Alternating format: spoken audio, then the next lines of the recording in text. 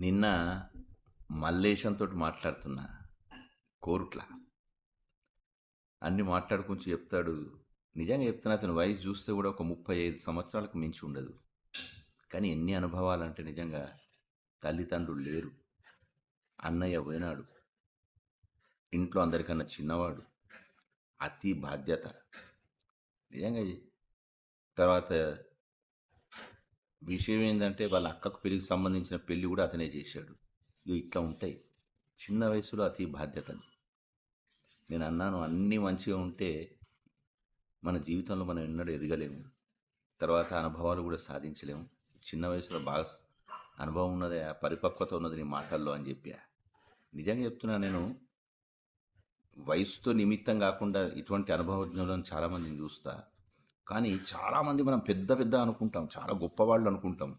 వాళ్ళ దగ్గరికి పోయి చూస్తే నిజంగా అరే గీవిలతోట మనం మాట్లాడేది అనేటటువంటి భావన కూడా మనకు కలుగుతుంది. మనం ఊహించుకున్నది వేరు, వాళ్ళ దగ్గర ఉన్న మసాలా వేరు. పెద్ద పెద్ద పెద్ద స్థాయిలో ఉన్నట్టు కనిపిస్తారు. దగ్గరకు పోయి మాట్లాడితే కానీ మనకు అసలైన విషయం బయటపడదు.